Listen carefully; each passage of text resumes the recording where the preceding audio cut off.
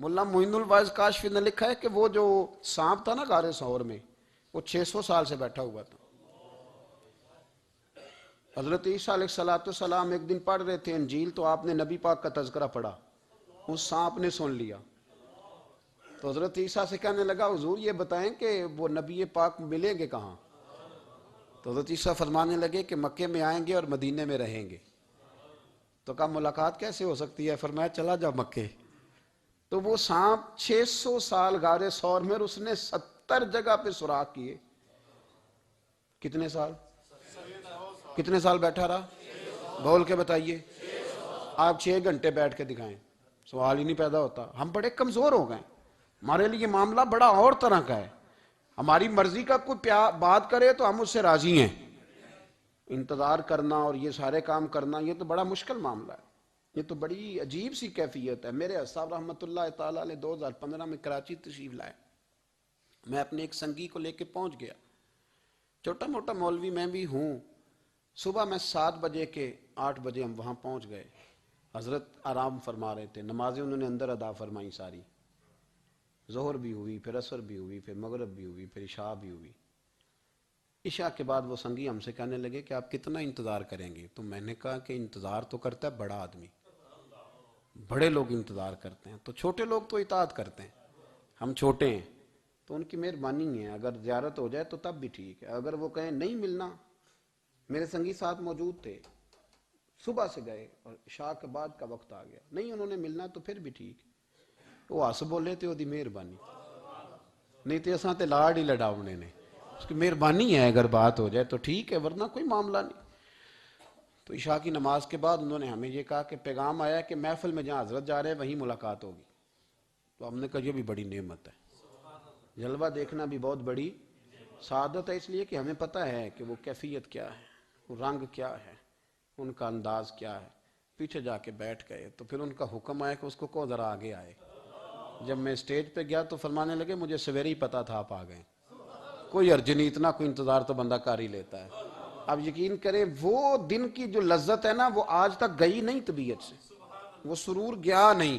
کبھی کبھی سوچتا ہوں کہ اس سے ڈبل بھی انتظار کبھی ہو جائے پر ایک دفعہ زیارت پھر نصیب ہو جائے، کبھی کبھی یہ سوچتا ہوں۔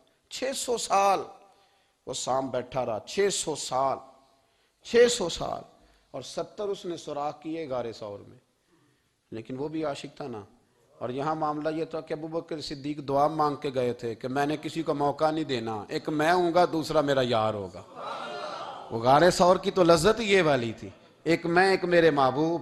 اس نے 70 سوراخ کیے ہوئے تھے، جناب ابوبکر صدیق نے کہا حضور آپ ٹھہریں، میں ذرا بھی آیا صفائی کر کے۔ تو نبی کریم علیہ السلام رکے تو حضرت ابوبکر صدیق نے کہیں پگڑی پھاڑ کے رکھی، کہیں چادر پھاڑ کے رکھی، اتنے سوراخ بند کیے تو جو ایک رہ گیا وہاں ایڑی رکھ دی۔ تو اب وہ سام بھی شکوہ کرنے لگا کہ یار تو بھی کوئی نرالا ہی عاشق ہے کہ میں نے تو کسر ہی کوئی نہیں چھوڑی تھی، 70 سوراخ کیے تھے اور تو نے بھی کمال ہی کر دی ہے، یہ سارے ہی بند کر دیے، جو بچ گیا اس پہ ایڑی رکھ دی۔ اس نے پتہ نہیں کتنے ڈنگ مارے۔ سام کا جب ڈنگ لگتا ہے تو وجود میں بہت زیادہ گرمی پیدا ہوتی ہے، گرمی۔ حضرت ابوبکر صدیق کے بارے میں ہمارے شارحین نے لکھا روئے نہیں، وجود اتنا گرم ہوا کہ آنسو ٹپک پڑے۔ نبی کریم صلی اللہ علیہ وسلم نے فرمایا ہٹا نہ ذرا پیر، پھر انہوں نے ہٹایا تو میرے مصطفیٰ میں لعاب دہن لگایا۔ ملا معین الواعظ کاشفی رحمۃ اللہ علیہ فرماتے ہیں کہ جب انہوں نے قدم ہٹایا نا تو پھر وہ سانپ باہر نکلا، اپنا سر نکالا اور کھڑا ہو کے حضور کا دیدار کرنے لگا۔ تو نبی کریم نے فرمایا تیرا کام ہو گیا، اب تو جا، مجھے اور ابو بکر کو رہنے دے۔ وہ نکل گیا۔ یہ کیفیات ہے، یہ محبت ہے، یہ وارفتگی ہے، یہ سوز ہے، یہ درد ہے۔ یارو یہ میں کہا کرتا ہوں کہ یہ چیز جینے کا بھی مزہ دیتی ہے، مرنے کا بھی مزہ آتا ہے، مرنے کا بھی مزہ، سرور آتا ہے انسان اس میں جب یہ کیفیات شامل ہوتی ہے نا۔ رنگ اور ہوتا ہے، درد اور ہوتا ہے، ذائقہ اور ہوتا ہے، کیفیت اور ہوتی ہے، پھر کوئی شوق نہیں رہتا اعلیٰ کپڑوں کا، بڑی گاڑی کا، لمبے چوڑے معاملات کا۔ پھر تو انسان ڈھونڈتا پھرتا ہے کوئی مجھے محبوب کی بات سنائے، کوئی اس کی شان میں کوئی شعر سنائے، کوئی اس کا ذکر سنائے، کوئی مل جائے نا کبھی کہ میرے تار چھیڑ دے، کوئی ملے، کوئی بات کرے، کوئی ذکر کرے۔ پھر انسان ڈھونڈتا پھرتا ہے ان لفظوں کو، ان لوگوں کو جو پکڑ کے دروازہ رسول صلی اللہ علیہ وسلم کی بارگاہ تک لے جائیں۔ بڑا پیار کیا میرے قریب محبوب، حضرت علی المرتضیٰ شیر خدا فرماتے میٹنگ بیٹھی تھی بدر والے دن، ہم بات کر رہے تھے خطرہ کہاں ہے، دلیر دلیر لوگوں کی ڈیوٹی کہاں لگائی جائے۔ شیر خدا بھی چاہ رہے تھے کہ میں وہاں ڈیوٹی دوں گا، تو کہتے ہیں سمجھ آئی کہ سب سے زیادہ خطرہ نبی کریم علیہ السلام کے عریش مبارک کا ہوگا، حضور کے خیمے کو، چھپر مبارک کو۔ قریش مکہ سب سے زیادہ حملے وہاں کریں گے جہاں حضور ٹھہرے ہوں گے۔ طے ہو رہا تھا کس کی ڈیوٹی لگائیں، کس کو وہاں ذمہ داری سونپیں۔ کہتے ہیں ہم بات کر رہے تھے اور میں تیار تھا وہاں جانے کو، اچانک ابو بکر صدیق آ گئے۔ کیا باتیں ہو رہی ہیں؟ تو ہم نے کہا جناب ہم پروگرام بنا رہے ہیں کہ وہاں ڈیوٹی کس نے کرنی ہے، تو فرمانے لگے یہ کرنے والی بات ہی کوئی نہیں، میں نے تو عرض کر بھی دیا ہے نبی پاک کی بارگاہ میں کہ یا رسول اللہ یہاں ڈیوٹی میں ہی کروں گا۔ تو حضرت ابو دردہ رضی اللہ تعالیٰ عنہ عرض کرنے لگے حضرت ابو بکر صدیق سے کہ حضور آپ کے ساتھ کون ڈیوٹی کرے گا؟ فرمانے لگے کسی کی بھی ضرورت نہیں، کوئی ماں نے لال جنا ہی نہیں، کوئی جنا ہی نہیں ماں نے لال جو ابو بکر کے ہوتے ہوئے نبی پاک تک پہنچ جائے، کسی کی جرت ہی نہیں، میں اکیلا کافی ہوں مصطفیٰ کریم کے خیمے کا پہرا دینے کے لیے۔ یہ اعزاز، یہ شان، یہ لطافت، اور میرے نبی کریم علیہ السلام نے بھی پھر حضرت ابو بکر کو چاہا تو کمال ہی کر دیا، چاہا تو کمال ہی کر دی، کمال ہو گئی۔ حضرت ابو دردہ کہتے ایک دن حضور علیہ السلام نے مجھے فرمایا ابو دردہ یہ تو نے آج کیا کیا ہے؟ حضور کیا ہوا؟ فرمایا آج تو گلی میں چل رہا تھا اور ابو بکر صدیق کے آگے آگے چل رہا تھا، گلی میں ابو بکر کے آگے آگے چل رہا تھا۔ یا رسول اللہ صلی اللہ علیہ وسلم کیا ہوا؟ فرمایا نہ کسی پہ سورج طلوع ہوا نہ غروب ہوا جو میرے ابو بکر سے افضل ہو، خبردار اس کے آگے نہیں چلنا، ابو بکر صدیق کو کمر نہ ہونا چاہیے۔ شاہ ولی اللہ صاحب نے ایک بات لکھی ہے، بڑی نرالی ہے، وہ بھی بڑی نرالی۔ مثل تعویذ ہوتے ہیں نا کچھ لوگ، جب بھی ملتے ہیں شفا ہوتی ہے، بڑی شاندار عجیب بات لکھی ہے۔ حضور صلی اللہ علیہ وسلم نے ایک دن فرمایا کہ وقفے سے ملا کرو محبت بڑھتی ہے، یہ حضور کا فرمان ہے، وقفے سے ملا کرو محبت بڑھتی ہے۔ قدر کھو دیتا ہے نا ہر روز کا آنا جانا، اور بڑی دلچسپ ہوتی ہیں بے ترتیب ملاقاتیں، تو کہا کہ وقفے سے ملا کرو۔ حضرت ابو ہریرہ بھی تھے، دیگر لوگ بھی تھے، حضور نے فرما دیا، حضرت ابو بکر صدیق بھی سن رہے تھے۔ زور کی نماز پڑھی گھر چلے گئے، عصر پڑھی تو گھر چلے گئے، مغرب پڑھی تو گھر چلے گئے۔ حضرت انس بن مالک رضی اللہ تعالیٰ عنہ کہتے ہیں 3 دفعہ حضور نے پوچھا ابو بکر نہیں آئے؟ ابو بکر نہیں آئے؟ ابو بکر نے کہتے 3 دفعہ پوچھا تو میں پھر پہنچ گیا، میں نے کہا ابو بکر 3 دفعہ حضور نے پوچھ لیا کہ ابو بکر نہیں آئے، ابو بکر نہیں آئے۔ تو جناب صدیق اکبر دوڑے، حضور حکم؟ فرمایا کہاں تھے صبح سے؟ عرض کی یا رسول اللہ آپ نے تو فرمایا تھا وقفے سے ملا کرو محبت بڑھتی ہے۔ تو محبوب فرمانے لگے تمہیں تھوڑی کہا تھا، تمہیں تھوڑی کہا تھا، تو نہ جایا کر یار، تو رہا کر، تو رہتا ہے تو دل جمع رہتا ہے، تو یہاں موجود ہوتا ہے تو دل۔ اب یقین کریں کچھ لوگ ایسے ہوتے ہیں جن کے بارے میں دل کرتا ہے انہیں بندہ خرید کے پاس رکھ لے، ان کو خرید لے، یہ یہیں رہیں، یہ جائیں نہ، اس لیے کہ ان کا لب و لہجہ اور ہوتا ہے، ان کا طرز حیات اور ہوتا ہے، طرز غلامی اور ہوتا ہے، طرز فرما برداری اور ہوتا ہے، انداز اور ہوتا ہے۔ فرمایا تو نہ جایا کر، یہی رہا کر۔